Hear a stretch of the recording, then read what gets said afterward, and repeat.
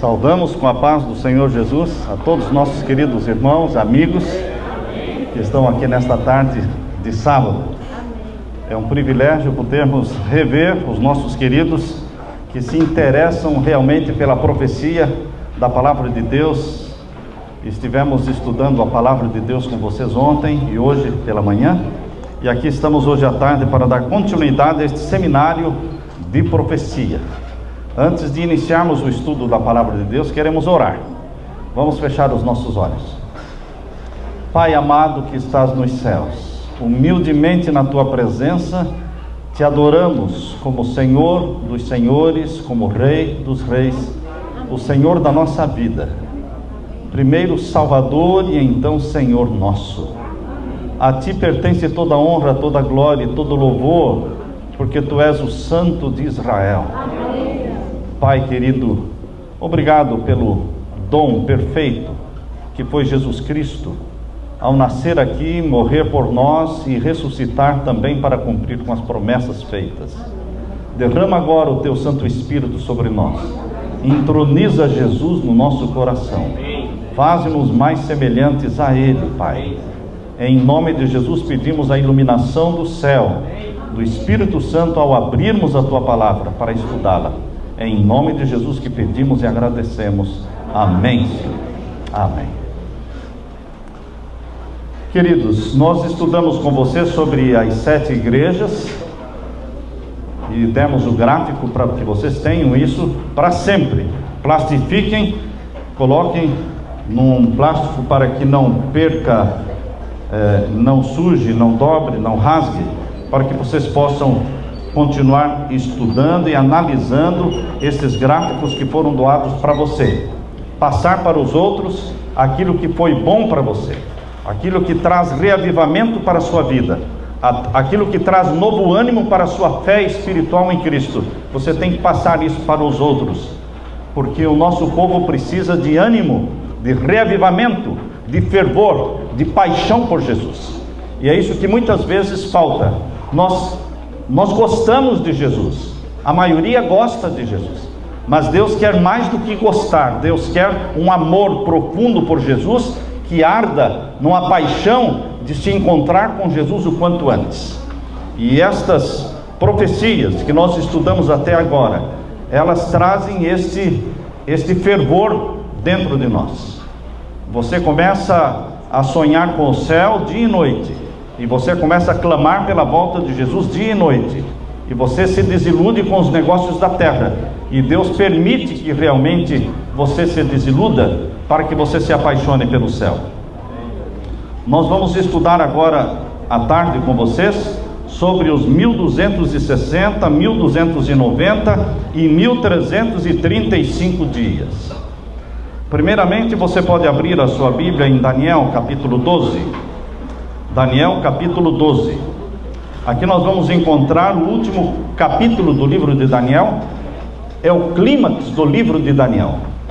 Lembrem-se, queridos, que o livro de Daniel, ele foi escrito de uma forma repetitiva, porque ele repete as nações do mundo, a sequência dos domínios mundiais, de Babilônia, Medo-Pérsia, Grécia e Roma. Isso você encontra no capítulo 2, na estátua de Nabucodonosor, que ele viu a cabeça de ouro representando Babilônia, e então o peito e braços de prata representando a Medo-Pérsia, e o quadril de bronze representando a Grécia, e as pernas de ferro representando o Império Romano, e os pés representando a Roma dividida nas 10 nações representadas pelos 10 dedos da estátua.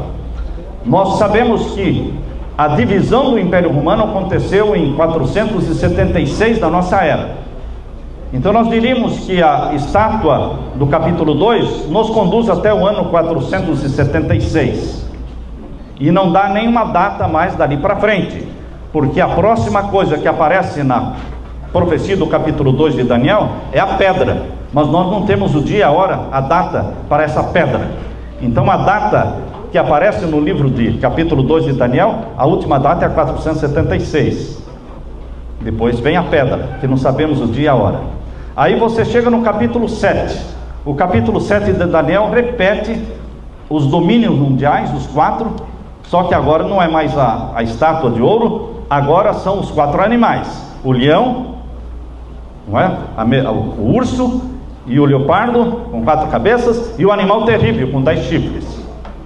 Só que o capítulo 7 não só repete os 4 impérios mundiais, ele avança no tempo, porque o capítulo 7 não para em 476, o capítulo 7 avança até o ano 1798. Por quê? Porque no capítulo 7, verso 25, diz do chifre pequeno, que perseguiria o povo de Deus, os santos do Altíssimo, e mudaria os tempos e a lei, e perseguiria o povo de Deus por um tempo, tempos, metade de um tempo, 1260 anos, que começaram em 538 depois de Cristo e se estenderam até 1798 depois de Cristo. Aí para ali em 1798, não tem nenhuma data específica no capítulo 7, além de 1798.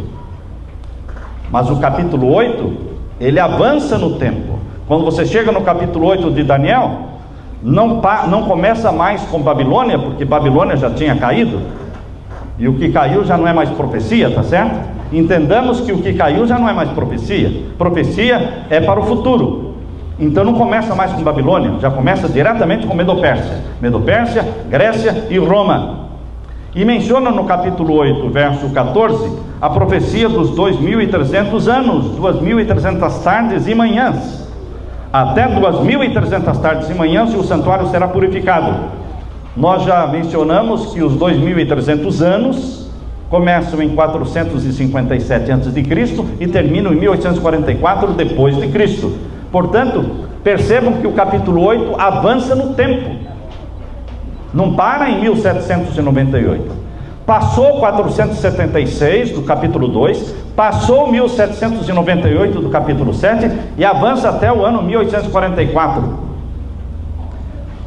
Então, queridos, alguns dizem que a beleza do livro de Daniel é a repetição histórica dos 4 impérios. Eu creio que a beleza do livro de Daniel não é a repetição histórica dos 4 impérios. A beleza do livro de Daniel é a progressão no tempo, caminhando em direção à volta de Jesus. Ele progride no tempo, ele avança no tempo. A profecia é dada não para repetir o que já tinha acontecido, a profecia é dada para avançar no tempo. O capítulo 7 faz uma recapitulação do capítulo 2 e avança no tempo. O capítulo 8 faz uma recapitulação do capítulo 7 e avança no tempo. Agora, se esta é a beleza do livro de Daniel, a progressão no tempo, é de se esperar que a última profecia de Daniel, que é a maior de todas, capítulo 11, avance no tempo também. Se a profecia do capítulo 8 nos leva até 1844, a profecia do capítulo 11 e 12, porque é uma profecia só, todo o quadro profético do capítulo 11 e capítulo 12 é uma profecia só, ela é tão grande, é a maior profecia de Daniel, que não vamos estudar hoje com vocês. Nós vamos estudar especificamente o capítulo 12. Então nós entendemos que o capítulo 12 avança e passa o ano de 1844 e chega então, podem ver aí no capítulo 12, verso 1. Capítulo 12, verso 1. Chega um momento em que aparece Miguel. Vamos ler o capítulo 12, verso 1. E naquele tempo se levantará Miguel, o grande príncipe, que se levanta pelos filhos do teu povo, e haverá um tempo de angústia qual nunca houve, desde que houve nação até aquele tempo. Mas naquele tempo livrar-se-á o teu povo, todo aquele que se achar escrito no livro da vida. O capítulo 12 é clímax. O capítulo 12 é o fim do tempo do fim. O tempo do fim começou em 1798. 1798 acabou a supremacia papal, foi preso o Papa Pio VI no dia 10 de fevereiro de 1798, ali começou o tempo do fim. Só que o capítulo 12 não está falando do tempo do fim, e sim do fim do tempo do fim. Porque os assuntos que aparecem no capítulo 12 começa falando: Miguel se levanta para libertar o seu povo. Esse se levantar de Miguel para libertar o seu povo é quando ele se levanta para fechar a porta da graça. Miguel se levanta para fechar a porta da graça, e nesse tempo haverá uma angústia qual nunca houve, mas se salvará todo aquele que for achado inscrito no livro da vida do Cordeiro. São temas profundos, são temas que nos emocionam. O capítulo 12 está dizendo que nesse tempo do fim, o conhecimento profético se multiplicaria. Vocês podem ler aqui no capítulo 12 e o verso 4. E tu, Daniel, fecha estas palavras e sela este livro até ao fim do tempo. Muitos correrão de uma parte para outra, e a ciência se multiplicará. A ciência que se multiplicaria no tempo do fim, nos derradeiros dias. Não está falando da ciência tecnológica, porque aqui não está falando de ciência tecnológica. Se você aplicar isso para o iPhone, para o iPad, para o iPod, não é? Para a televisão, enfim, para o avanço tecnológico, nós respeitamos, mas esta não foi a intenção do profeta e do Espírito Santo. O Espírito Santo está dizendo que no tempo do fim, nos derradeiros dias que antecedem a volta de Jesus, o conhecimento profético se multiplicaria, a ciência profética se multiplicaria. Queridos, Deus está prevendo o derramamento do Espírito Santo sobre você, sobre mim, sobre nós, como povo de Deus, exatamente porque nós precisamos entender a profecia para o tempo em que nós estamos vivendo. Parar de jogar a profecia para o passado. É muito fácil jogar a profecia para o passado, mas nós entendemos que a profecia está falando de coisas que devem em breve acontecer. Capítulo 12, verso 1 começa com o levantar-se de Miguel, o grande príncipe. O nome Miguel é o nome guerreiro do nosso Senhor Jesus Cristo. O Filho de Deus tem vários nomes. O nome do Filho de Deus como Salvador da humanidade é Jesus, aquele que nos salva dos nossos pecados. O nome do Filho de Deus encarnado é Emanuel, que quer dizer Deus conosco. O nome do Filho de Deus, guerreiro, quando ele guerreia contra Satanás, não é Jesus, não é Emanuel, é Miguel. Miguel é aquele nome guerreiro. Sempre que Jesus está em batalha contra Satanás, o nome é Miguel. E Miguel quer dizer aquele que é como Deus. Satanás queria ser como Deus, e agora o Filho de Deus diz: eu, Miguel, estou batalhando com você, porque só existe um que é como Deus. Só existe um que é como Deus, Miguel. E a Bíblia o chama de o arcanjo Miguel. Arcanjo, queridos, não existem 3, 4, 5 ou 10. Arcanjo, existe um arcanjo.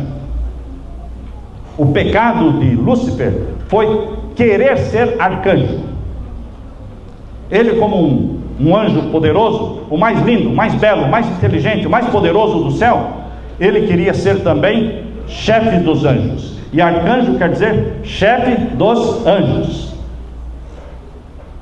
Mas Deus, o Pai, marcou uma reunião, lá numa reunião celestial, e introduziu o Filho, e apresentou o Filho como chefe dos anjos.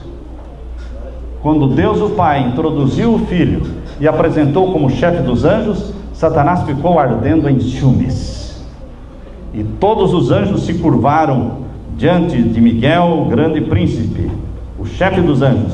E Satanás, Lúcifer, ele também se encurvou, mas ele estava ardendo em ciúmes, porque ele queria ser o arcanjo, o chefe dos anjos. Mas Deus, o Filho, foi escolhido como o chefe dos anjos. Queridos, então todas as vezes que Jesus está em guerra com Satanás, o nome que ele usa é o de guerra, Miguel, aquilo que ele queria ser. Satanás, ele toma para si, ele quer ser o que Jesus é. Jesus é chamado de estrela da manhã. Abra sua Bíblia em Apocalipse capítulo 22. Apocalipse capítulo 22. Aqui nós lemos Apocalipse capítulo 22. Vamos ler então o verso 16.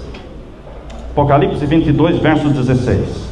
Eu, Jesus, enviei o meu anjo para vos testificar estas coisas nas igrejas. Eu sou a raiz e a geração de Davi, a resplandecente estrela da manhã. Quem está falando? Jesus, a resplandecente estrela da manhã. E agora vejam Isaías capítulo 14. Isaías capítulo 14. Percebam agora o diálogo que é feito entre Deus e Satanás. E veja como Deus fala com Satanás. Isaías capítulo 14, verso 12. Todos acharam? Vamos ler, capítulo 14 de Isaías, verso 12. Como caíste do céu, ó estrela da manhã, filha da alva? Como foste lançado por terra, tu que debilitavas as nações? E tu dizias no teu coração: eu subirei ao céu, acima das estrelas de Deus exaltarei o meu trono, e no monte da congregação me assentarei da banda dos lados do norte. Subirei acima das mais altas nuvens, e serei semelhante ao Altíssimo, e contudo, tu serás levado ao inferno, e ao mais profundo do abismo.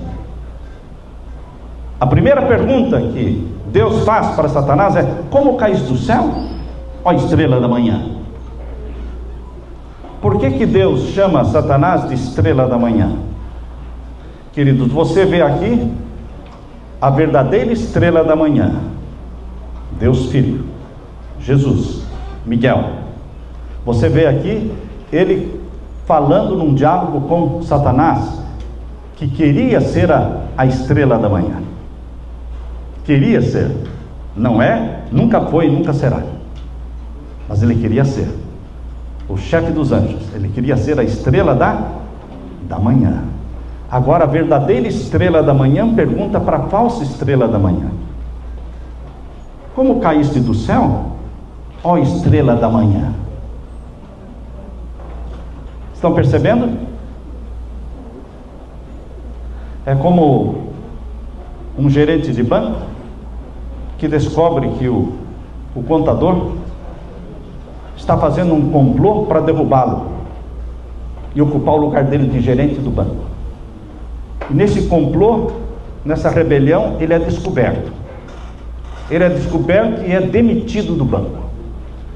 E agora, antes do contador sair do banco, o gerente do banco se aproxima dele e coloca a mão no ombro e diz: e daí, gerente do banco? Como está você? O verdadeiro gerente perguntando para aquele que queria ser gerente: e daí, gerente do banco? Por que foste despedido? Por que estás indo embora? Estão percebendo aqui a verdadeira estrela da manhã, que é Jesus, perguntando para a falsa estrela da manhã: como caíste do céu, estrela da manhã, filha da alva? Como foste lançado por terra? Tu que debilitavas as nações, tu que dizias no teu coração o quê? Eu subirei ao céu, acima das estrelas, exaltarei o meu trono, subirei acima das mais altas nuvens, serei semelhante ao Altíssimo. E agora Jesus diz: você será lançado no abismo. Ele passou a ser chamado anjo do abismo, a besta do abismo. Queridos, Jesus Cristo agora aparece em Daniel capítulo 12. Volte para Daniel capítulo 12. Ele é o Miguel, o grande príncipe, que se prepara para a última grande guerra, a guerra para libertar o povo de Deus do decreto de morte. Haverá um decreto de morte pendente sobre a sua cabeça, meu irmão, que guarda os mandamentos de Deus. Um decreto de morte semelhante àquele dos dias da rainha Esther.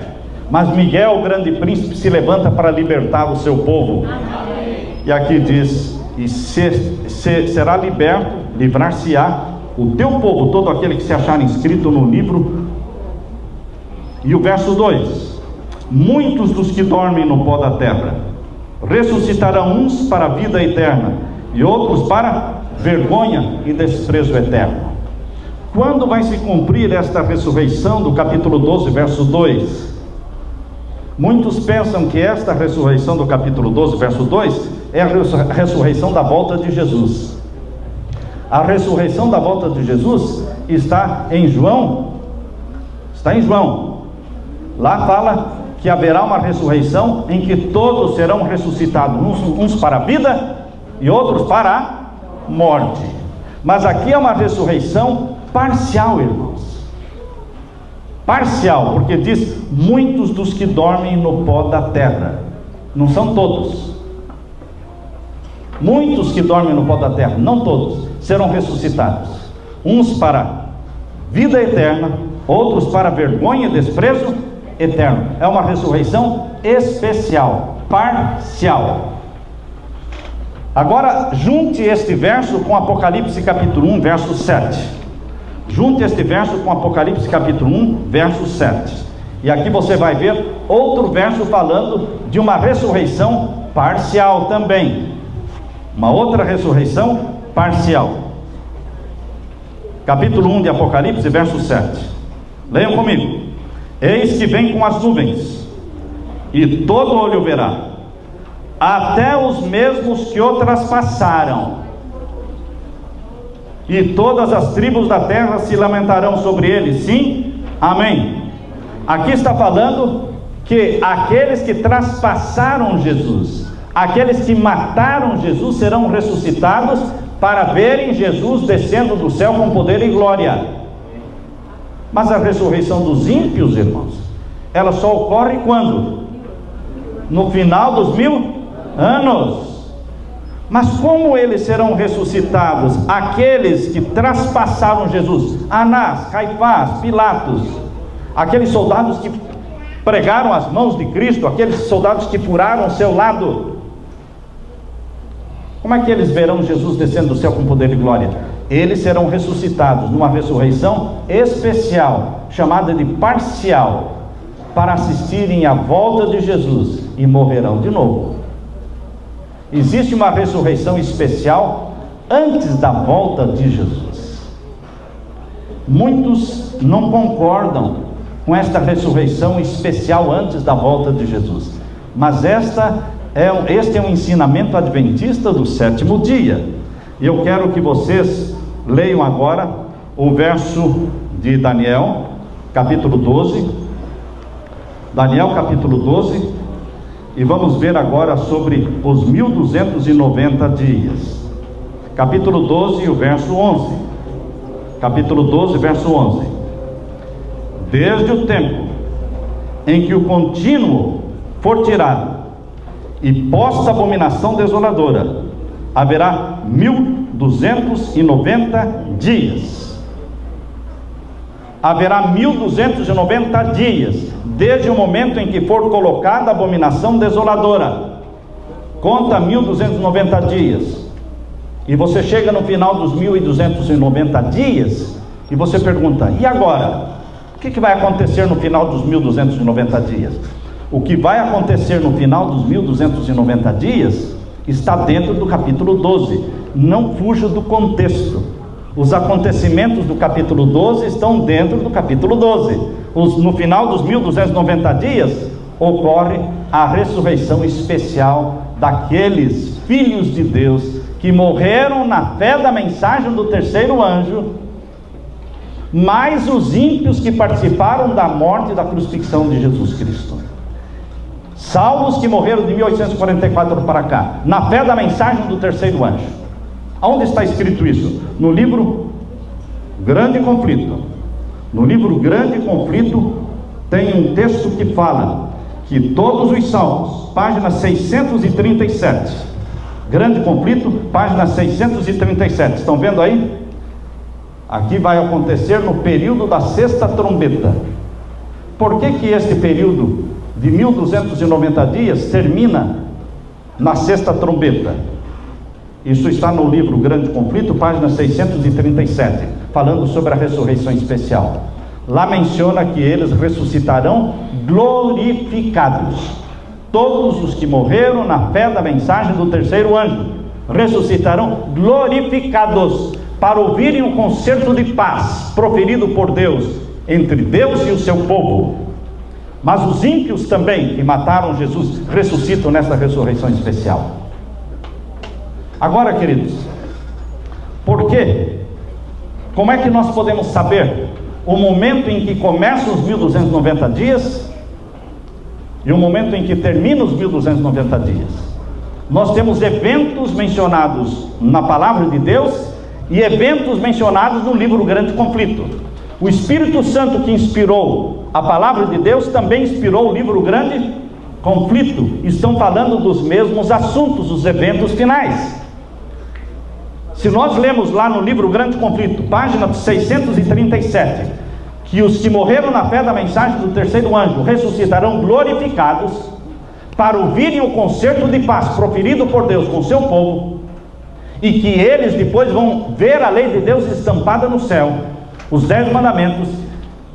Isso acontece antes da volta de Jesus. Você pode ler a Grande Conflito, página 637, capítulo 40. O capítulo 40, que fala da libertação dos santos.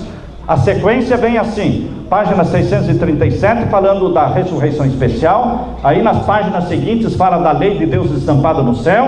E depois lá na outra página seguinte fala da volta de Jesus, quando haverá ressurreição geral de todos os salvos. São vários acontecimentos em sequência. E esses acontecimentos foram anunciados por Deus na profecia de Daniel 12. A ressurreição especial, ocorrendo no final dos 1290 dias. Quando começam os 1290 dias? Quando for instituída a abominação desoladora. Como é que eu posso saber qual é a abominação desoladora? Mateus capítulo 24, irmãos. Abra sua Bíblia. Mateus 24 vai nos falar o que é abominação desoladora. Mateus capítulo 24, verso 15. Todos acharam? Mateus capítulo 24 e o verso 15. Vamos ler. Quando, pois, virdes que a abominação da desolação, da qual falou o profeta Daniel, está no lugar santo, quem lê, atenda.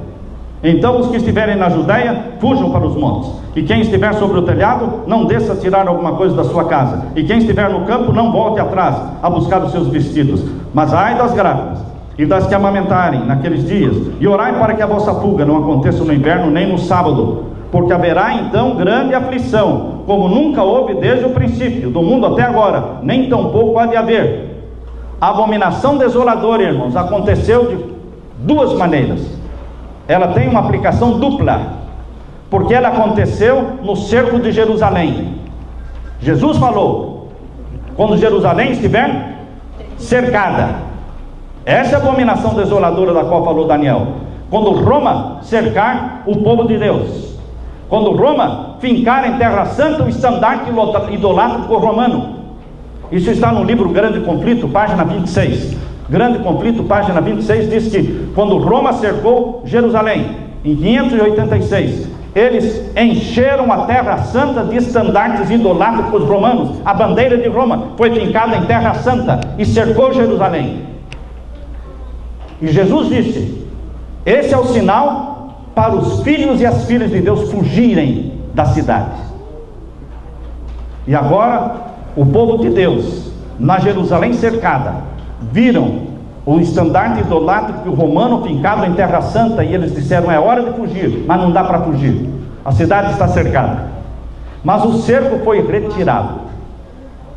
O cerco foi retirado. Por que o cerco foi retirado? Porque lá em Roma, o rei suicidou, Nero suicidou. E agora Vespasiano, pai de Tito, general Vespasiano, pai de Tito, que estava ali cercando Jerusalém, ele precisava do exército para se tornar imperador no lugar de Nero. E ele manda então um recado: volte com o exército, porque eu preciso do exército para me tornar imperador. E Tito, obediente, retirou o cerco de Jerusalém e começa a voltar com o exército para Roma. Mas numa altura da viagem, ele recebe outro comunicado do pai Vespasiano, dizendo: não precisa vir mais, Já fui empossado imperador de Roma, já sou imperador de Roma. Volta para Jerusalém e cerca Jerusalém de novo. E agora Tito volta com o exército e cerca Jerusalém pela segunda vez. Mas agora, queridos, não tinha nenhum cristão mais. Nenhum dos seguidores de Jesus estava dentro de Jerusalém. Mas Jerusalém estava entupetada de gente. Jerusalém tinha mais de 1 milhão de judeus dentro dela, mas nenhum cristão. Os cristãos fugiram. E aí Tito veio, cercou e destruiu Jerusalém, e morreram mais de 1 milhão de judeus. Você pode ler esta descrição nas primeiras páginas do primeiro capítulo do livro Grande Conflito. Ali Deus descreve detalhadamente como foi a destruição de Jerusalém e a morte de mais de 1 milhão de judeus, mas nenhum cristão, porque atenderam a ordem de Jesus: fujam quando Jerusalém estiver cercada. Isso se cumpriu com o cerco de Jerusalém por Roma. Agora, queridos, quando vocês abrem o livro Maior Discurso de Cristo, anote isso aí: Maior Discurso de Cristo, página 105. E o Maior Discurso de Cristo, página 30, aliás, o Grande Conflito, página 36. Grande Conflito, página 25, 26 e página 36 do Grande Conflito. Quando você lê Ellen White comentando sobre o cerco de Jerusalém, a abominação desoladora, ela fala assim: esta profecia tem dupla aplicação. Dupla aplicação, porque aplica-se para o cerco do povo de Deus por Roma no passado, e aplica-se ao tempo em que Roma novamente vai cercar o povo de Deus no futuro. No tempo do fim, o povo de Deus será novamente cercado por Roma, e Roma vai plantar no meio do cristianismo, no meio da cristandade. Roma vai fincar o estandarte idolátrico romano. Qual é a bandeira de Roma hoje? O estandarte idolátrico romano, que está sendo plantado no meio da cristandade no mundo inteiro. O domingo. Este é o sinal de autoridade. Esta é a bandeira de Roma, que demonstra submissão a Roma. E queridos, quando o decreto dominical e o estandarte idolátrico romano for plantado no meio da cristandade, foi estabelecida a abominação desoladora dos últimos dias. Então você conta 1290 dias para que aconteça o que está em Daniel capítulo 12, verso 2, irmãos. Voltando agora para Daniel. Voltando para Daniel capítulo 12, verso 2. Ao acabarem os 1290 dias, haverá então a ressurreição especial. Nós temos 3 períodos de tempo, irmãos, para o tempo do fim. Os 3 períodos de tempo, 2 deles estão em Daniel 12. O primeiro é 1290 dias e o segundo é 1335 dias. E lá em Apocalipse capítulo 13, verso 5, nós temos mais um período de tempo para o tempo do fim. Vamos ver lá em Apocalipse capítulo 13, verso 5. Apocalipse capítulo 13 e o verso 5. Todos achando? Poderemos ler capítulo 13, verso 5 de Apocalipse. E foi-lhe dada uma boca para proferir grandes coisas de blasfêmias, e deu-se-lhe poder para continuar por 42 meses. Quando é que vai ser dada autoridade e poder para que a besta reine por 42 meses? Diz o verso 5, que é quando o mundo adorar a besta. Verso 4 diz que: e adoraram o dragão que deu à besta o seu poder, e adoraram a besta, dizendo: quem é semelhante à besta? Quem poderá batalhar contra ela? Quando é que vai ser dado todo esse poder mundial, todo esse domínio mundial, toda essa adoração mundial à besta que subiu do mar, ao poder papal? Quando isso vai acontecer? A Bíblia diz que ele foi ferido de morte, capítulo 13 e o verso 3. Capítulo 13, verso 3. E viu uma das suas cabeças como ferida de morte. Isso aconteceu quando, irmãos? No dia 10 de fevereiro de 1798. E agora? E a sua chaga mortal foi curada. Quando é que a chaga mortal que foi feita contra o papado começou a ser curada? 1929. Percebam, queridos, que em 1798 o Papa foi preso e morreu na prisão. Em 1929, não, antes um pouco, irmãos, 1870, o papado recebeu mais uma ferida mortal. Sabem por quê? Porque em 1798 ele perdeu a supremacia papal, que acabou em 1798. Mas algo precioso, o ouro, o dinheiro, que o Vaticano valoriza muito. Você sabe onde está o ouro do Brasil? Quando Portugal descobriu o Brasil, tinha muito ouro aqui. Quando Portugal descobriu o Brasil, era muito ouro. E não está em Portugal, porque Portugal é um dos países mais pobres do mundo, irmãos. O país mais pobre da comunidade europeia é a Grécia. O segundo mais pobre é Portugal. Então não está lá o ouro. Se alguém disser para você, o ouro se queimou, não é? O ouro enferrujou. Não, ouro não enferruja. Ouro não queima. Quanto mais queima, melhor fica. Onde é que está o ouro? Está na mão daqueles que financiavam as expedições dos portugueses. Está na mão daqueles que financiavam as expedições da Espanha. Está nas mãos do Vaticano. Queridos, eles são os donos do ouro. Mas a Bíblia está dizendo, queridos, a Bíblia está dizendo que este poder, ele foi ferido de morte em 1798, quando perdeu a supremacia papal. Mas não perdeu os estados papais, o dinheiro. O Vaticano tinha 20 cidades. Quantas cidades? 20 cidades, cujos impostos entravam direto para a igreja de Roma.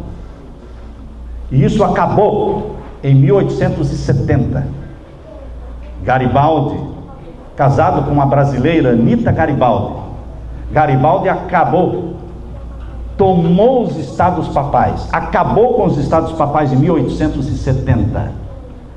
E agora Roma, o Vaticano, estava preso no Vaticano em protesto contra a perda dos estados papais.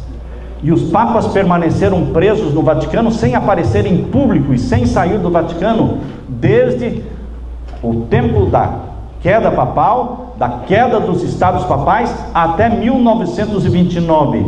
Só em 1929 que eles voltaram a aparecer em público, porque em 1929 foi devolvido para o Vaticano o Estado papal. O Estado papal agora que existe chama-se Estado do Vaticano. Passou a ter a sua bandeira, a sua moeda, a sua guarda, e a guarda papal é a guarda suíça. Se a guarda papal é a guarda suíça, quem seriam os donos dos bancos suíços? Onde estariam guardados os tesouros do Vaticano? Queridos, nós sabemos que em 1929 foi assinado o Tratado de Latrão. E no Tratado de Latrão, Itália se comprometeu a devolver o dinheiro que o Vaticano perdeu durante todos estes anos em que eles perderam os estados papais, as 20 cidades. Agora, imaginem o dinheiro que foi pago para o Vaticano, reembolsando o prejuízo desde 1870. 1870 a 1929 são quantos anos? 59 anos. Eles receberam isso em dinheiro, era uma fortuna. Isso consta no Tratado de Latrão. E eles então abriram o Banco do Vaticano. O Banco do Vaticano foi aberto com o dinheiro recebido desta transação, deste reembolso pelos prejuízos. Queridos, a recuperação do poder papal será em duas fases. Está sendo em duas fases, porque a queda papal foi em duas fases. 1798 houve a prisão do Papa e o fim da supremacia papal. 1870 houve a queda e a perda dos estados papais.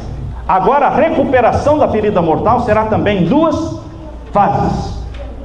Em 1929 recuperou-se não a supremacia papal, mas recuperou-se o Estado papal. certo? O Estado papal em 1929. E a supremacia papal, quando vai ser recuperada? Quando for instituída a abominação desoladora dos últimos dias.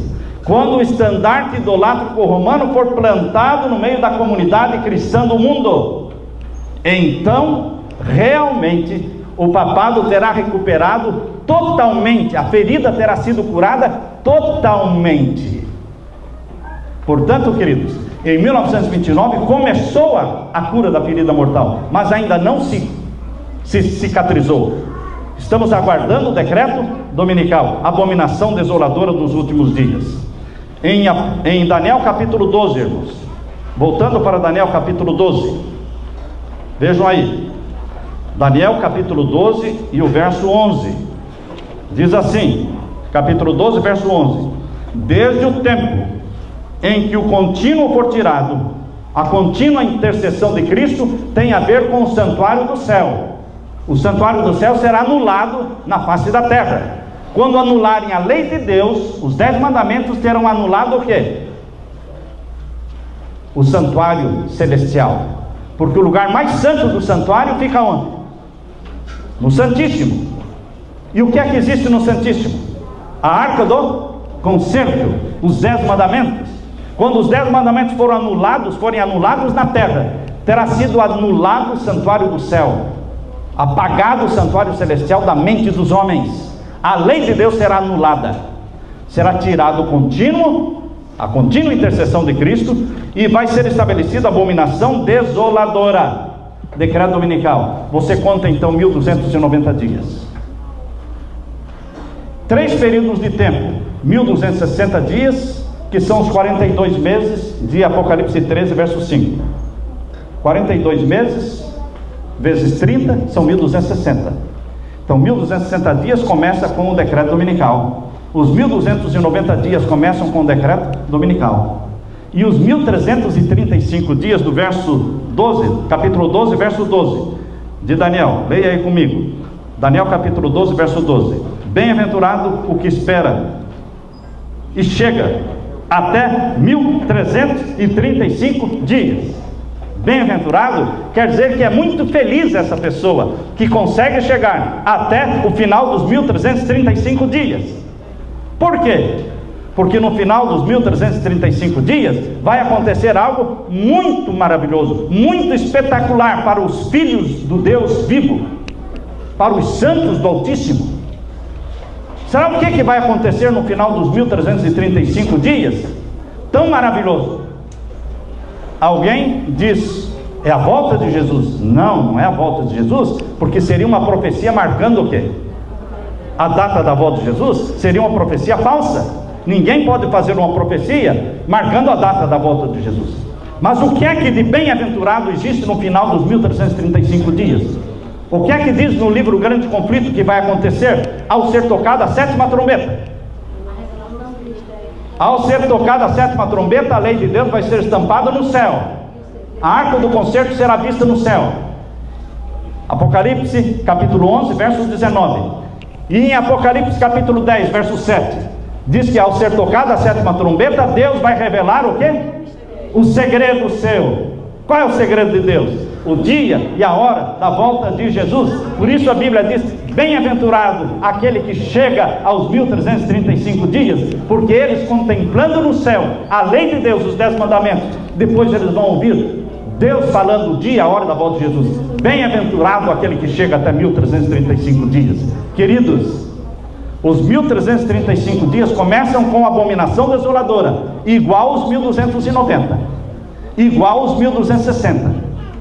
Só que os 1260 são 1260 dias literais de supremacia papal no tempo do fim. E os 1290 vão até a ressurreição especial dos salvos que ressuscitam glorificados. Todos aqueles que morreram na fé da mensagem do terceiro anjo, mais os ímpios que traspassaram Jesus, eles ressuscitam no final dos 1290. Aí você conta mais 45 dias e chega a 1335 dias. E então ouve a voz de Deus declarando o dia, a hora da volta de Jesus. Esses acontecimentos, irmãos, estão aqui em Daniel 12, estão no livro Grande Conflito. Nós não estamos inventando nada, só estamos juntando.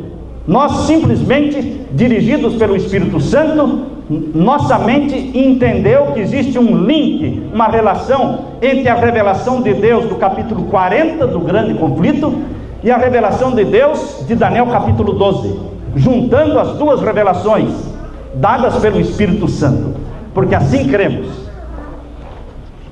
Agora vocês, neste gráfico, vocês percebem que existem aqui 794 dias entre o decreto dominical e o que?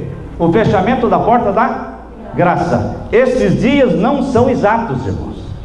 Isso aqui nós colocamos somente para ter uma ideia do tempo que existe entre o decreto dominical e o fechamento da porta da graça. É um tempo aproximado, porque ninguém sabe o dia em que a porta da graça vai se fechar, ninguém sabe, mas nós podemos saber um tempo aproximado, para saber que não existe muito tempo, é pouquíssimo tempo entre o decreto dominical e o tempo da proclamação do alto clamor, sai dela povo meu, e a conversão da grande multidão, é pouco tempo, é em torno de 2 anos e pouco, em torno de 790, 780 dias. Por quê? Como é que nós chegamos a esta conclusão? Nós pegamos os 1335 dias, pegamos os 1335 dias que começam com o decreto dominical e vão até o quê? A lei de Deus estampada no céu e Deus declarando o dia, a hora da volta de Jesus. Quando vai acontecer a lei de Deus estampada no céu e a voz de Deus declarando o dia, a hora da volta de Jesus? Quando vai acontecer? Na 7ª trombeta. Então nós já sabemos, irmãos, que entre o decreto dominical e a 7ª trombeta existem 1335 dias. Entenderam? 1335 dias existem entre o decreto dominical, que se torna universal, e a 7ª trombeta declarando o dia, a hora da volta de Jesus. A 7ª trombeta. Agora, para você saber quanto tempo dura entre o decreto dominical e o fechamento da porta da graça, você diminui, você deduz esse período de tempo da 6ª trombeta. Quanto tempo vai durar a 6ª trombeta? 391 dias. Quanto tempo vai durar a 5ª trombeta? 150 dias. Quanto tempo vão durar a 1ª, 2ª, 3ª e 4ª trombeta? Não sabemos. Por isso não é tempo exato, porque é tempo aproximado, porque nós não sabemos quanto tempo vão durar a 1ª, 2ª, 3ª e 4ª trombetas. Pode ser 1 mês, pode ser 2 meses, mas vai ser pouco tempo, porque Deus não falou o tempo. Deus só falou o tempo da 5ª e da 6ª. Nós sabemos que a 5ª e a 6ª somadas, quando você soma 150 com 391, você tem quantos dias? Hein? Você soma 391 com 150, quem é bom de matemática? 391 mais 100, 491, mais 50, 541. Entre a 5ª e a 6ª trombeta você tem 541 dias. Se você não sabe quanto tempo vão ser as primeiras 4, então você usa os 541 dias para diminuir dos 1335. Se diminui de 1335, diminui 541. Sobra quanto? 794. Por isso que nós dissemos que antes do fechamento da porta da graça, existem em torno de 794 dias. Mas isso pode ser menos, pode ser mais, dependendo do tempo que vai durar a 1ª, 2ª, 3ª, 4ª trombeta. Não é uma data fixa, mas é para você ter uma ideia de quão curto é o tempo para pregar as 3 mensagens angélicas, para a conversão da grande multidão, para a sacudidura do povo de Deus, para o derramamento do Espírito Santo em forma de chuva serôdia e para a conversão da grande multidão, e Jesus então fechar a porta da graça. Após o fechamento da porta da graça começa a primeira trombeta. Após o fechamento da porta da graça começa a primeira trombeta. Não sabemos quanto tempo será a primeira, a segunda, a terceira e quarta, mas sabemos quanto tempo será a quinta e a sexta, 541 dias.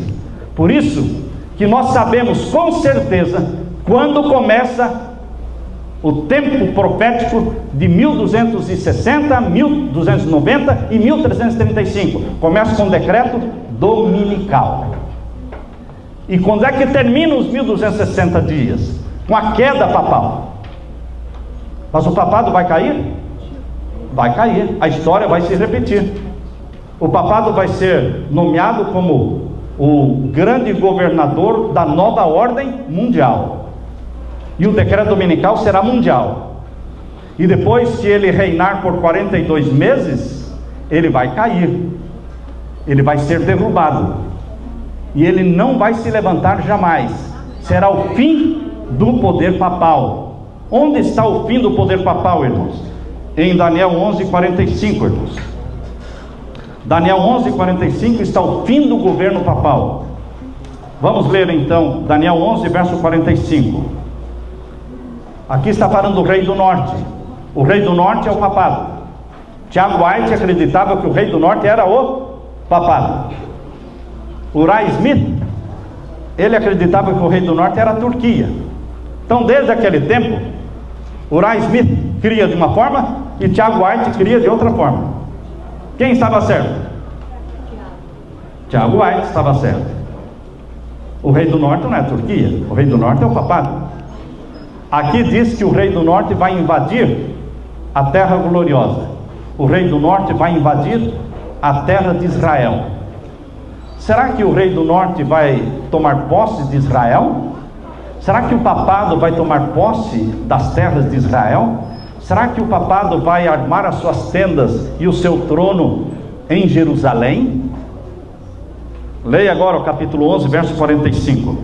E armará as tendas do seu palácio entre o mar grande e o monte santo e glorioso, mas virá o seu fim e não haverá quem o socorra. Quando ele estiver dominando esta região chamada entre o mar grande. Qual é o mar grande, irmãos? O mar Mediterrâneo e o monte santo e glorioso. Qual é o monte santo e glorioso? O monte onde era o templo de Jerusalém. Quando o papado estiver dominando esta área, armando as tendas do seu palácio nesta área, quando Israel se tornar possessão romana, virá o fim do papado. E aqui diz: virá o seu fim, e não haverá quem o socorra. Ele vai ser destruído. Agora leia comigo Apocalipse capítulo 17, irmãos. Apocalipse capítulo 17 e o verso 16. Apocalipse capítulo 17, verso 16. Daniel e Apocalipse falam dos mesmos assuntos. Lembrem aquilo que nós já repetimos aqui. Daniel e Apocalipse falam dos mesmos assuntos. Se lá em Daniel está falando do fim de Roma papal, Apocalipse também fala do fim de Roma papal. Aonde? Aqui em Apocalipse 17, verso 16, diz o quê? E os 10 chifres que viste na besta são os que aborrecerão a prostituta e a porão desolada e nua, e comerão a sua carne e a queimarão no fogo. O que vai acontecer com a besta que subiu do mar? O que vai acontecer com essa besta chamada prostituta? Essa prostituta carregada pelo dragão, amiga do dragão. O que vai acontecer com ela depois? Porque capítulo 17, verso 12, irmãos, leia aí o capítulo 17, verso 12. Os 10 chifres darão todo o poder para que a besta reine sobre eles. Primeiro os 10 chifres representando os 10 reis que ainda não receberam o reino. Estão percebendo? 10 reis que ainda não receberam o reino. Por que os 10 reis ainda não receberam o reino? Porque os reinos estão sendo formados agora. Agora, enquanto eu estou falando, estão se formando os 10 reinos. O reino número 1 é Estados Unidos, México e Canadá. O reino número 2 é a Comunidade Europeia, que já foi formada em 1993. O reino número 3 é o Japão sozinho. O reino número 4 é África do Sul e Austrália e Nova Zelândia. O reino número 5 é o antigo bloco da União Soviética. Putin, no dia 28 de maio de 2014, assinou a formação do bloco econômico número 5. E o bloco número 6, Lula, assinou em 2008 em Brasília a formação do bloco Unasul. Esse bloco número 6 é o reino número 6, que já foi formado em 2008. E o bloco número 7 é o norte da África e o Oriente Médio. O norte da África e o Oriente Médio estão sendo formados, estão formando o bloco número 7, o reino número 7. Começando com a guerra do Afeganistão, a guerra do Iraque. Depois da guerra do Afeganistão e da guerra do Iraque, para onde foi a guerra? Vocês estão acompanhando? Depois da guerra do Afeganistão e do Iraque, a guerra foi para o Egito.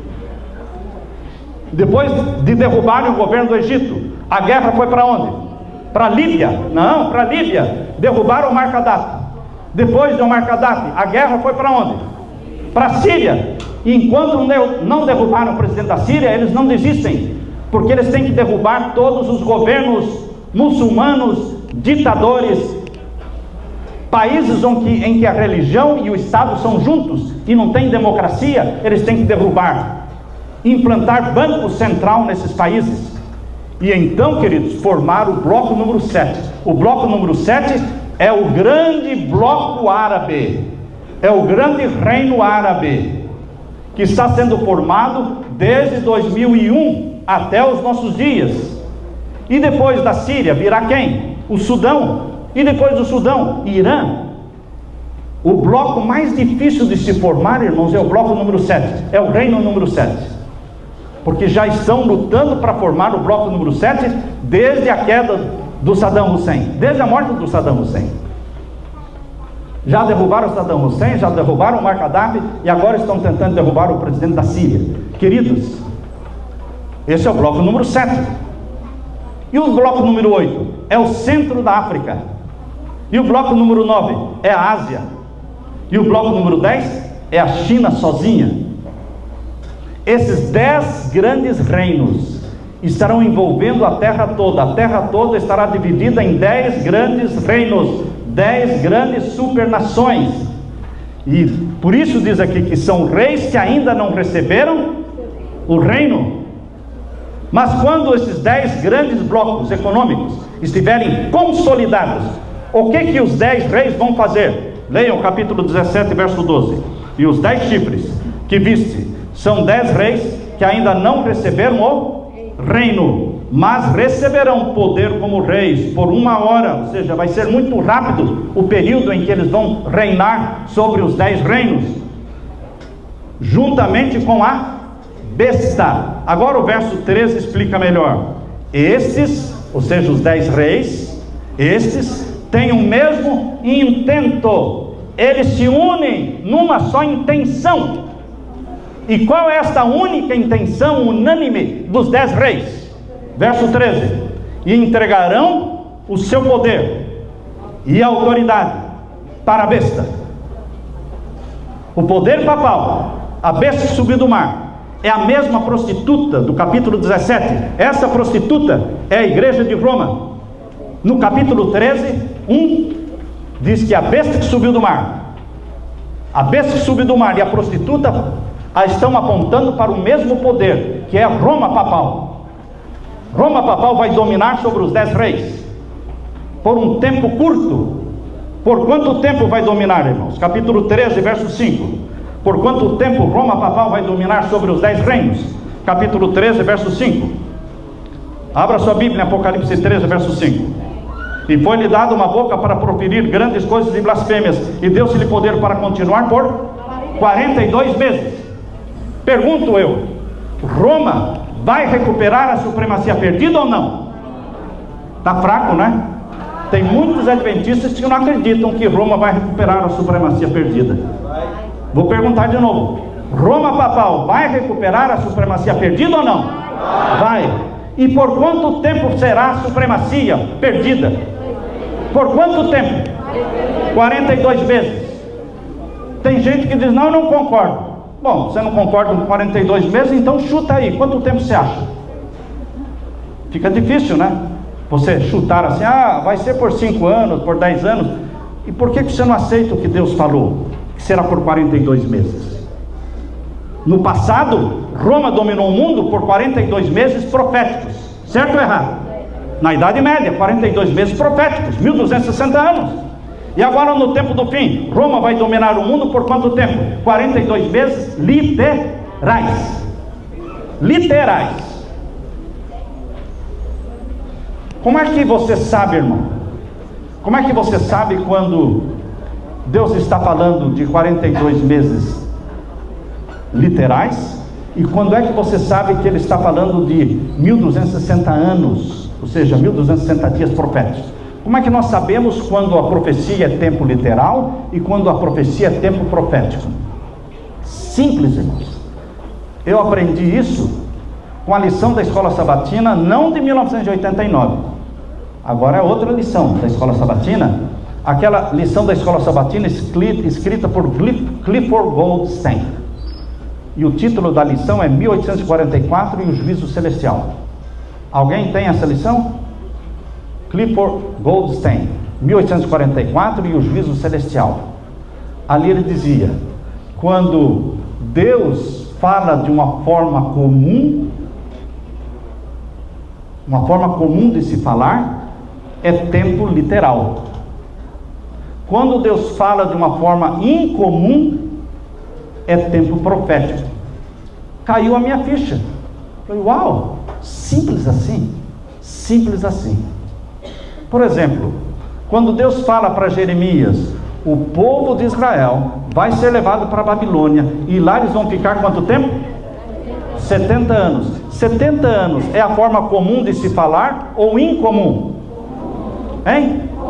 Comum. Então é tempo literal. Deus falou para Abraão, a tua descendência vai descer para o Egito, e lá eles ficarão quanto tempo? Quanto tempo a descendência de Abraão ficaria no Egito? 430 anos. Isso é profecia de tempo literal ou tempo profético? Hein? Literal. Por quê? Porque 430 anos é uma forma comum de se falar. Agora, quando Daniel 7,25 diz que o chifre pequeno mudaria a lei de Deus, o tempo e a lei, não é? E perseguiria os santos do Altíssimo por um tempo, tempos, metade de um tempo. Isso é uma forma comum de se falar ou incomum? Incomum. Então é tempo profético. Daniel 8,14, irmãos, quando fala até 2.300 tardes e manhãs e o santuário será purificado. 2.300 tardes e manhãs é uma forma comum de se falar ou é incomum? Então é tempo profético. Apocalipse capítulo 20 diz que Satanás será preso no abismo por quanto tempo? 1000 anos. 1000 anos é a forma comum de se falar ou incomum? Comum. Então é tempo literal. Será que os 1000 anos da prisão de Satanás, será que os 1000 anos do povo de Deus no céu é tempo profético ou é tempo literal? Tempo literal. Porque Deus falou de uma forma comum. Agora eu pergunto, meus queridos, 42 meses é a forma comum ou incomum de se falar? Comum. Então é tempo literal.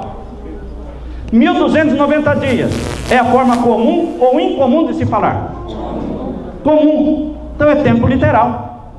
1335 dias é a forma comum ou incomum de se falar? Comum. Então é tempo literal. Simples assim, irmãos. O Dr. Siegfried Schwantz, ele era desse pensamento. O Dr. Siegfried Schwantz ensinou, e eu tenho a apostila de Daniel, escrita por Siegfried Schwantz, um dos maiores teólogos adventistas. Ele dizia: os 1290 dias lá de Daniel 12 e os 1335 dias lá de Daniel 12 são períodos de tempo literal. Tempo literal que vai se cumprir no tempo do fim. E é isso que nós estamos esperando, irmãos. Que os 1290 dias e os 1335 dias e também os 42 meses de Apocalipse 13, verso 5 sejam profecias de tempo literal. Na Idade Média, Roma dominou o mundo por 1260 anos. Mas agora, no tempo do fim, Roma recupera a supremacia perdida, não de 1260 anos, mas de 1260 dias. Estão percebendo? A Bíblia diz em Mateus capítulo 24, irmãos. Abra sua Bíblia em Mateus capítulo 24. Vejam que Jesus falou sobre o que aconteceria com o tempo no tempo do fim. O que Deus faria com o tempo no tempo do fim. Mateus capítulo 24 e o verso 21 e 22. Leia comigo. Porque haverá então o quê? Grande aflição, como nunca houve desde o princípio do mundo até agora, nem tampouco há de haver. E se aqueles dias não fossem abreviados, nenhuma carne se salvaria, mas por causa dos escolhidos serão abreviados aqueles dias. O tempo da perseguição na Idade Média foi de 1260 anos. O tempo da perseguição e da grande angústia no tempo do fim terá o seu tempo abreviado. Irmãos, como é que Deus abrevia o tempo? Raciocine agora. Para você entender como é que Deus abrevia o tempo, você tem que saber como é que Deus alonga o tempo. Como é que Deus alonga o tempo? Quando os espias foram na terra de Canaã, espiaram a terra durante 40 dias e voltaram com aquele relatório negativo. Só Josué e Caleb deram um relatório positivo. Os outros 10 deram um relatório negativo. E Deus falou: é assim? Vocês espiaram e andaram pela terra prometida 40 dias. Um dia para cada ano. Um dia para cada ano. Como é que Deus alonga o tempo, irmãos? Pegando um dia literal e transformando em dia profético. Um dia valendo um ano. Esse é o sistema de Deus bíblico de alongar o tempo. E qual é o sistema bíblico de Deus para encurtar o tempo, abreviar o tempo? O mesmo sistema, só inverso. É o mesmo sistema inverso. Ele pega os 1260 anos proféticos e transforma em 1260 dias literais. É o mesmo sistema. Está na Bíblia. Deus abrevia o tempo, no tempo do fim. A última grande angústia, irmãos, não pode ser de 1260 anos, porque ninguém se salvaria, ninguém aguentaria, não sobraria nenhum cristão. Então Deus abrevia o tempo da última grande angústia, da perseguição papal do tempo do fim. Ele abrevia o tempo de 1260 anos para 1260 dias, que lá em Apocalipse 13, verso 5, são 42 meses. Então, meus queridos, com o decreto dominical mundial, começam então os 3 últimos períodos de tempo, que são 42 meses, não é? 1260 dias, literais. Começam os 1290 dias e os 1335 dias. No final dos 1260 dias, o que acontece? A queda papal. Onde está isso? Daniel 11:45 e Apocalipse capítulo 17, versos 16, que fala que o papado vai ser derrubado. Por quem? Pelos mesmos 10 que o exaltaram. Os mesmos 10 reis que o exaltaram na nova ordem mundial, para que ele reinasse sobre tudo e todos. Esses mesmos 10 não vão aguentar mais e vão derrubar o poder papal no final dos 42 meses. 30 dias mais, nós chegamos em 1290 e haverá ressurreição especial. 45 dias mais, chegamos a 1335 dias e haverá então a lei de Deus estampada no céu, a 7ª trombeta sendo tocada, a lei de Deus estampada no céu, e Deus declarando o dia, a hora da volta de Jesus. Amém? Amém. Amém. que vocês se consolem, que vocês se animem com estas profecias, que não marca o dia e a hora da volta de Jesus, mas mostra que nós estamos às portas da volta de Jesus. Já podemos ouvir os passos de um Deus que está voltando para buscar os seus escolhidos, os santos do Altíssimo. Você é convidado para ser um dos santos do Altíssimo, recebendo a santidade de Deus. Eu quero orar com aqueles que são do santo do Altíssimo. Eu quero orar com aqueles que são do santo, pertencem ao santo de Israel. Deus quer vir buscar você e a mim. Vamos levantar a nossa mão. Nós vamos suplicar a Deus neste momento, que Jesus volte logo, que o tempo seja abreviado e que os últimos acontecimentos sejam rápidos, para que o povo seja arrebatado ao céu.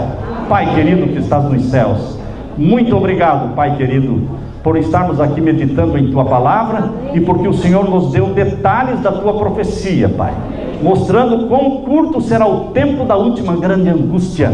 Ela vai ser curta em tempo, e ela vai ser abençoada pelo Senhor, porque os anjos de Deus vão se tornar em escudos de luz, protegendo o Teu povo da perseguição, do decreto de morte. Pai eterno, bendito seja o Senhor, que não escondeu os Teus segredos, mas revelou os Teus segredos aos Teus servos, e agora derrama o Espírito Santo sobre todos os que estão aqui. Fala, Pai, ao nosso coração, anima a nossa fé, para que não olhemos para trás, mas para frente, para cima, de onde virá o nosso socorro. Em nome de Jesus pedimos, amém.